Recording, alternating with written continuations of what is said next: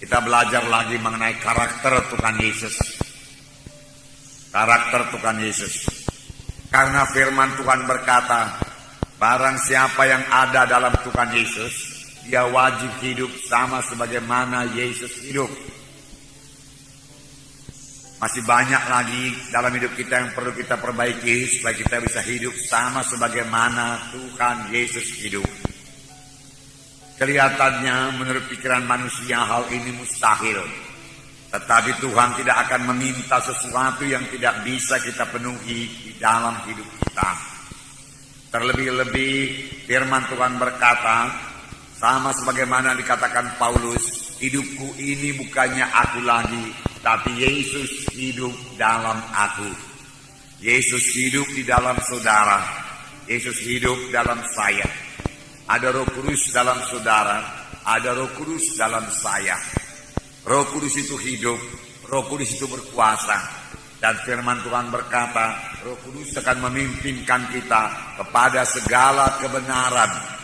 Roh Kudus akan menuntun kita.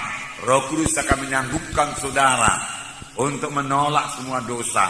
Roh Kudus akan memperingatkan saudara, menerangkan kepada saudara mana sifat-sifat yang tidak berkenan kepada Tuhan, mana kesombongan kita, kemalasan kita, segala sesuatu yang tidak berkenan kepada Tuhan diterangkan semua oleh Roh Kudus kepada kita. Kalau kita mau dengar-dengaran kepada Roh Kudus. Dan yang perlu bagi kita yaitu mematuhi Roh Kudus, niscaya hidup kita berubah, damai dan sejahtera.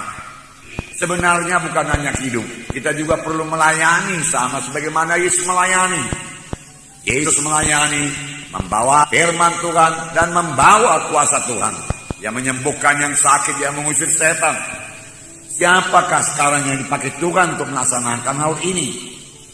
Tidak lain daripada gerejanya, yaitu saudara dan saya. Tidak ada alat Tuhan yang lain. Tuhan telah menyerahkan pelayanan tersebut kepada gerejanya yang sangat dia kasihi, yang telah ditebusnya dengan harga yang mahal, dengan darahnya yang mahal, yaitu kita ini membawa berita Injil. Kita ini memperkenalkan Tuhan Yesus kepada jiwa-jiwa yang belum mengenal Tuhan Yesus. Kita inilah yang dipakai Tuhan untuk menyatakan kuasa Tuhan yang belum berubah ini. Itu kita inilah, saudara dan saya, yang dipakai Tuhan untuk berdoa bagi orang sakit, lalu orang itu akan sembuh. Kita inilah yang dipakai Tuhan untuk meletakkan tangan seorang sakit, lalu orang itu akan sembuh. Kita inilah yang dipakai Tuhan untuk mengusirkan setan di dalam nama Yesus, dan setan mesti pergi di dalam nama Yesus. Amin, saudara. Jadi kitalah yang dipakai Tuhan. Tidak ada alat Tuhan yang lain. Terlebih pada akhir zaman ini, di mana Tuhan mau menyelesaikan pekerjaannya. Itu berarti dia akan menyelamatkan banyak-banyak jiwa-jiwa. Injil Tuhan akan dikabarkan lebih gencar lagi, lebih hebat lagi. Sehingga banyak jiwa-jiwa diselamatkan. Gereja-gereja dibangunkan. Terutama bukan gedungnya yang dibangunkan, orang-orangnya yang dibangunkan, anak-anak Tuhannya yang dibangunkan.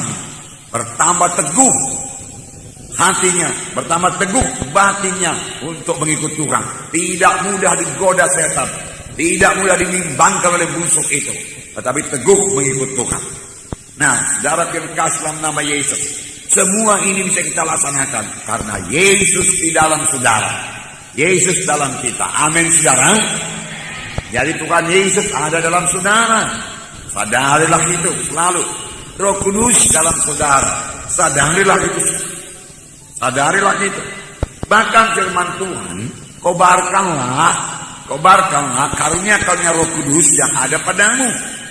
Sebenarnya Tuhan telah memberikan karunia-karunia Roh Kudus juga kepada kita.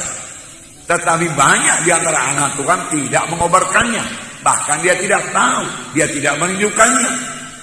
Oleh sebab itu, setiap anak-anak Tuhan harus tetap dalam persekutuan yang indah dengan Tuhan. Amin, saudara. Jadi rasakan selalu kehadiran Tuhan di dalam hidup saudara. Bersekutu dengannya, dengarkan suaranya. Tuhan itu Tuhan yang bersungguh-sungguh. Oleh sebab itu, kalau memang Tuhan dalam kita, semuanya kita kerjakan dengan sungguh-sungguh. Kita melayani dengan bersungguh-sungguh. kita berdoa dengan bersungguh-sungguh, kita mengasihi dengan bersungguh-sungguh, kita mengampuni dengan bersungguh-sungguh. Amin, saudara. Hanya kehendak daging saja saudara yang menahan kita untuk bersungguh-sungguh. Nah, Tuhan Yesus bersungguh-sungguh dalam melaksanakan kehendak Bapanya. Tuhan Yesus berkata dalam Yohanes 4 ayat 34, saya membacakan kepada saudara bagaimana kesungguhan hati Tuhan Yesus.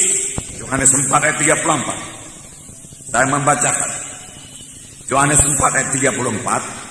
Sini dikatakan, kata Yesus kepada mereka, makananku ialah melakukan kehendak Dia yang mengutus aku dan menyelesaikan pekerjaannya.